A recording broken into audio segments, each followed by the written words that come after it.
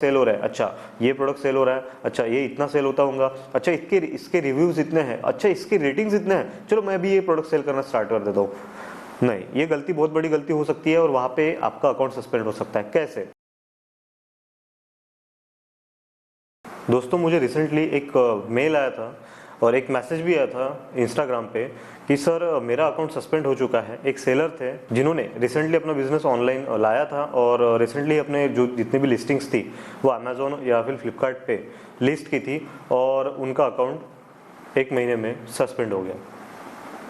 दोस्तों, हम में से कई लोग जब ऑनलाइन सेलिंग स्टार्ट करने जाते हैं तो बहुत सारा नॉलेज, बहुत सारी स्किल्स, बहुत सारे टैक्टिक्स और बहुत सारे जो डाउट्स है वो क्लियर करके जाते हैं। बट कभी कभी ये डाउट क्लियर ना होने की वजह से बहुत बड़ी बड़ी गलती हमारे हाथ से हो जाती है और इसका जितना भी इम्पैक्ट है वो हमारे जो भी बिजनेस प्लान है या फिर जो भी XYZ हम प्लानिंग करते हैं उसके ऊपर में इसका इम्पैक्ट दिखता है। क्या वो गलती होती है? वो होती है ट्रेडमार्क की। अभी देखिए, रिसेंट केसेस में जिन सेलर का मुझे मैसेज आया था उन्होंने यही बोला था कि सर रिसेंटली मैंने अपना बिजनेस स्टार्ट किया ऑनलाइन और मेरा अकाउंट सस्पेंड हो चुका है, प्लीज हेल्प मी। देखिए दोस्तों, अमेजोन पे सेलिंग करना स्टार्ट करते हैं तो वहां पे आपको IP इन्फ्रिंजमेंट से बच के चलना है, क्योंकि देखिए बहुत सारे प्रोडक्ट सेल होते हैं, बहुत सारे XYZ रेप्यूटेड ब्रांड्स के प्रोडक्ट वहां पे सेल होते हैं, प्राइवेट लेबल ब्रांड सेल होते हैं, जेनेरिक प्रोडक्ट सेल होते हैं। बट हम लोग क्या करते हैं, इनिशियली विदाउट एनी रिसर्च हम लोग जाते तो है और जितने भी प्रोडक्ट्स वहां पे सेल हो रहे हैं, अच्छा ये प्रोडक्ट सेल हो रहा है, अच्छा ये इतना सेल होता होगा, अच्छा इसके रिव्यूज इतने हैं, अच्छा इसके रेटिंग्स इतने हैं, चलो मैं भी ये प्रोडक्ट सेल करना स्टार्ट कर देता हूँ। नहीं, ये गलती बहुत बड़ी गलती हो सकती है और वहां पे आपका अकाउंट सस्पेंड हो सकता है। कैसे? आप 3 टाइप से प्रोडक्ट सेल कर सकते हैं। फर्स्ट होता है जेनेरिक, जिसमें आपको कोई भी ब्रांड ऑथराइजेशन की लेटर की जरूरत नहीं पड़ती है, जिसमें कि आप अपने XYZ ब्रांड से भी सेल कर सकते हो, अदरवाइज प्राइवेट लेवल में भी आप सेल कर सकते हो, जिसमें आपको GTN एग्जेम्पशन लेना पड़ता है अमेजोन से या फिर फ्लिपकार्ट से। और थर्ड होता है ब्रांडेड। अभी ब्रांडेड में देखिए, ब्रांडेड प्रोडक्ट सेल करना इतना भी इजी नहीं होता है, उसमें ब्रांड ऑथराइजेशन हमको लेटर भी चाहिए रहता है। जितने भी रेप्यूटेड ब्रांड्स होते हैं, XYZ समझ लो Xiaomi है या फिर नाइकी है या फिर प्यूमा है, ऐसे XYZ जितने भी रेप्यूटेड ब्रांड्स हैं उनकी कैसा है, सप्लाई चेन होती है, वो सप्लाई चेन के थ्रू ही उनका पूरा का पूरा मटेरियल जाता है। समझ लो मैन्युफैक्चरिंग यूनिट से जाता है वो डिस्ट्रीब्यूटर के पास, डिस्ट्रीब्यूटर से जाता है रिटेलर के पास, तो रिटेलर से जाता है फिर कंज्यूमर के पास। तो ऐसे सप्लाई चेन्स होती है जिसके थ्रू वो ब्रांड वो अपने जो प्रोडक्ट्स है वो मूव करता है, सप्लाई चेन के थ्रू मूवमेंट होती है। तो इनके थ्रू जब वो प्रोडक्ट सेल होता है तो वो उसी से समझ लो डिस्ट्रीब्यूटर है, XYZ ब्रांड का डिस्ट्रीब्यूटर है और वो डिस्ट्रीब्यूटर से हमें प्रोडक्ट सोर्स करने पड़ते हैं, वही प्रोडक्ट हम आगे जाके ब्रांड प्रोडक्ट करके सेल कर सकते हैं। बट समझ लो आप न्यू सेलर है, आपके पास कोई भी ब्रांड रजिस्टर्ड नहीं है, आप सेलिंग करना स्टार्ट कर चुके हो, आप प्राइवेट लेबल से स्टार्ट करते हो, तो प्राइवेट लेबल से आपका खुद का प्रोडक्ट रहेगा या फिर कोई भी आप XYZ प्रोडक्ट चूज करते हो तो उसमें आपका XYZ ब्रांड नेम रहेगा जो कि यूनिक रहेगा, कोई भी चुराया हुआ या फिर कोई भी ऐसा कॉपी नहीं रहेगा। आप उसको ट्रेडमार्क करते हो तो वेल एंड गुड, अगर ट्रेडमार्क नहीं करते हो तो आपको आगे जाके ट्रेडमार्क करना पड़ता है, क्योंकि आपको अपने ब्रांड का पूरी ओनरशिप आपके हाथ में चाहिए, आपके हाथ में पूरे राइट्स चाहिए अपने ब्रांड को कंट्रोल करने के लिए। अदरवाइज कोई भी न्यू सेलर आएगा, आपका प्रोडक्ट नेम यूज करेगा, आपका प्रोडक्ट अच्छा खासा सेल होता हुआ उसको दिखेगा और वो आपका प्रोडक्ट का नाम या फिर आपका ब्रांड नेम लेके वो प्रोडक्ट सेल करना स्टार्ट कर देगा। इससे क्या होगा, आपके सेल पे इसका इफेक्ट दिखेगा और आपका सेल धीरे धीरे डिक्रीज होना स्टार्ट हो जाएगा। जस्ट एग्जांपल समझ लो कि मैं एक नया सेलर हूं, मैं अपने प्रोडक्ट्स सेल करना चाहता हूं अमेजोन या फिर फ्लिपकार्ट पे, तो मैं लिस्टिंग तो कर देता हूं, उसके बाद में मेरे पास में उसका ब्रांड ऑथराइजेशन लेटर नहीं है या फिर मैं प्राइवेट लेवल में सेल कर रहा हूं। तो प्राइवेट लेवल में मैं सेल कर रहा हूं, दैट विल बी गुड।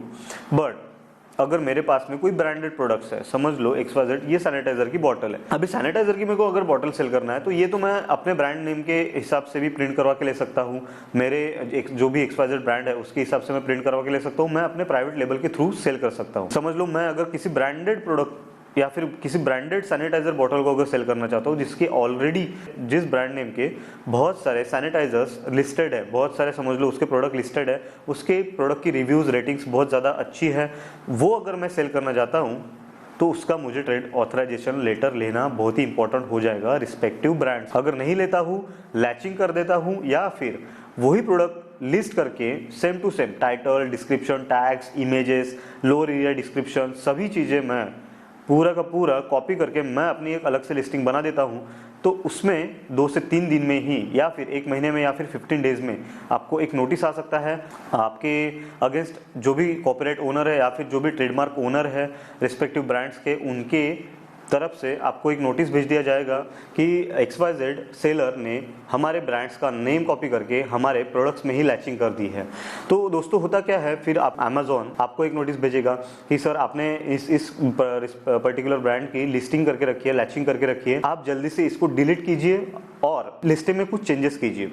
तो अगर आप करते हो तो ठीक है, या फिर अदरवाइज आपके 2-3 नोटिस आने के बाद में आपका अकाउंट सस्पेंशन में जाता है। एक इन्फ्रिंजमेंट से आपका अकाउंट सस्पेंशन में नहीं जाता है, वो भी डिपेंड करता है आपने कितने सारे इन्फ्रिंजमेंट किए हैं या फिर आपके तरफ कितने केसेस पेंडिंग है या फिर आपके ऊपर कितने केसेस लग चुके हैं रिस्पेक्टिव मार्केट प्लेसेस से। कोई भी प्रोडक्ट सेल करने से पहले सोच लीजिए कि आपको प्राइवेट लेबल से सेल करना है या फिर ब्रांडेड प्रोडक्ट सेल करना है। प्राइवेट लेबल जो आपका खुद का ब्रांड रहेगा, और जो ब्रांडेड कौन सा, जो कि ऑलरेडी रजिस्टर्ड है, जो कि हाईली रेप्यूटेड या फिर कोई भी ऑलरेडी रजिस्टर्ड ब्रांड है जो कि आप सेल करना चाहते हो।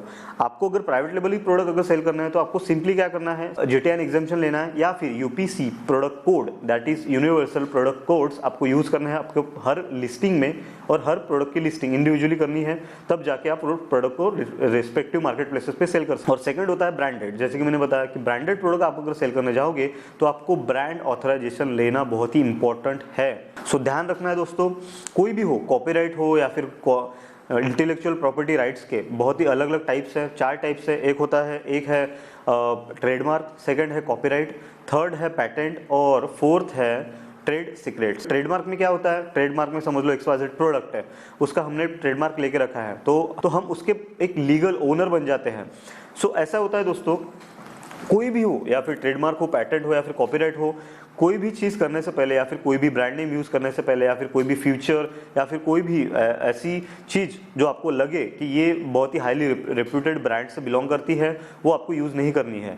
आप यूज़ करते हो, आपके अगेंस्ट या फिर आपके कंपनी के अगेंस्ट एक कंप्लेंट आ सकती है, कोई भी कंप्लेंट आ सकती है, मार्केट प्लेसेस से आ सकती है या फिर कोई भी अलग मेथड के थ्रू आ सकती है। सो यही था आज के वीडियो में।